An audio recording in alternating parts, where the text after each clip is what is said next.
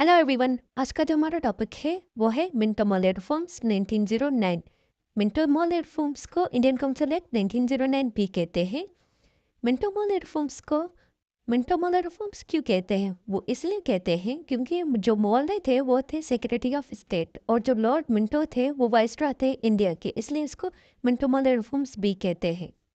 इन दोनों के नाम पे जो इंडियन काउंसिल एक्ट 1909 वो बना था, इस वजह से इसको मिंटो मॉर्ले रिफॉर्म्स भी कहते हैं। इंडियन काउंसिल एक्ट 1909 में आज जो हम चीज़ें डिस्कस करेंगे वो है बैकग्राउंड, रिफॉर्म्स और टॉपिक को एंड करेंगे कुछ डिटेल नोट्स में। चलिए स्टार्ट करते हैं बैकग्राउंड से। बैकग्राउंड में जो सबसे पहली चीज़ आ जाती है वो है पार्टीशन ऑफ बंगाल 1905, जिसमें बंगाल को डिवाइड किया गया था 2 प्रोविंसेस में, ईस्ट बंगाल और वेस्ट बंगाल। और जो दूसरी चीज़ आ जाती है वो है formation of Muslim league 1906। Muslim league में मुसलमानों को रिप्रेजेंटेशन दी गई थी लोकल और प्रोविंशियल लेवल पर, इस वजह से फॉर्मेशन ऑफ मुस्लिम लीग 1906 में फॉर्म हुई थी।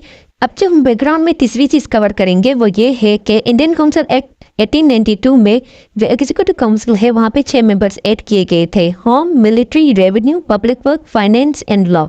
इंडियन काउंसिल एक्ट को हम किसी और टॉपिक में डिस्कस करेंगे, बट यहाँ पे जो है वो 6 मेंबर्स ऐड किए गए थे जो डिफरेंट डिपार्टमेंट से डिफरेंट जो एरियाज थे वहाँ पे हेल्प करते थे, और जो इसमें जितने भी मेंबर्स होते थे वो ब्रिटिश होते थे।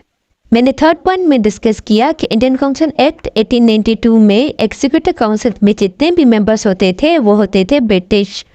मैंने बैकग्राउंड में 3 चीज़ें कवर की हैं। जो फर्स्ट पॉइंट था वो ये था पार्टीशन ऑफ बंगाल, और जो सेकंड पॉइंट था वो था फॉर्मेशन ऑफ मुस्लिम लीग, और जो थर्ड पॉइंट था वो था एग्जीक्यूटिव काउंसिल में जितने भी मेंबर्स होते थे वो थे ब्रिटिश। ये तो हो गया बैकग्राउंड। जो हम चीज़ डिस्कस करेंगे वो है Minto Morley reforms 1909। Minto Morley reforms में इंडियंस को अलाउ किया गया था कि वो अब एग्जीक्यूटिव काउंसिल का पार्ट बन सकते हैं। एग्जीक्यूटिव काउंसिल ने जो एक इंडियन मेंबर को अलाउ किया था उसका नाम है Satyendra Sinha. He was chosen as a law member. Minto Morley reforms में अब इंडियंस को भी अलाउ किया गया कि वो अब एग्जीक्यूटिव काउंसिल का पार्ट बन सकते हैं। अब अगर हम मिंटो मॉर्ले रिफॉर्म्स की दूसरी पॉइंट को देखें तो उसमें एडिशनल मेंबर जो थे उनकी नंबर ऑफ सीट्स को इंक्रीज किया गया। नंबर ऑफ सीट्स को 16 to 60 तक इंक्रीज किया गया। जो सेंट्रल लेजिस्लेचर था उसमें एडिशनल मेंबर्स की जो ऑफिशियल्स थे वो थे 28 मेंबर, और जो नॉन ऑफिशियल्स थे वो थे 32 मेंबर्स। जो ऑफिशियल 28 मेंबर्स थे उनको वाइसरॉय खुद नॉमिनेट करेगा, और जो नॉन ऑफिशियल्स थे 32 मेंबर्स उनमें से जो नॉन ऑफिशियल्स थे 32 मेंबर्स उनमें से 5 मेंबर जो थे वो वाइसरॉय खुद नॉमिनेट करेगा, और दूसरे जो हैं वो इनडायरेक्ट इलेक्शन के थ्रू इलेक्ट होके आएंगे। अगर हम 28 और 32 को प्लस करें तो वो हो जाते हैं 60। ये तो हमने सेंट्रल लेजिस्लेचर के एडिशनल मेंबर्स के ऑफिशियल्स और नॉन ऑफिशियल्स को डिस्कस किया। अब जो नॉन ऑफिशियल्स के जो मेंबर्स थे वो कहाँ से इलेक्ट होके आते हैं ये हम डिस्कस करेंगे। नॉन ऑफिशियल्स जो थे वो 5 जो होंगे वो होंगे मुस्लिम, 6 जो होंगे वो ज़मींदार होंगे, और 2 जो होंगे वो बिजनेसमैन होंगे। क्योंकि मिंटो मॉर्ले रिफॉर्म्स में फर्स्ट टाइम कम्युनल रिप्रेजेंटेशन को भी देखा गया था। अब जो हम पॉइंट डिस्कस करेंगे वो है प्रोविंशियल लेजिस्लेचर। प्रोविंशियल लेजिस्लेचर जो है वो 7 जगहों पे देखी गई, जिसमें United Province, Bengal, Madras, Bombay, Burma, Punjab और आसाम।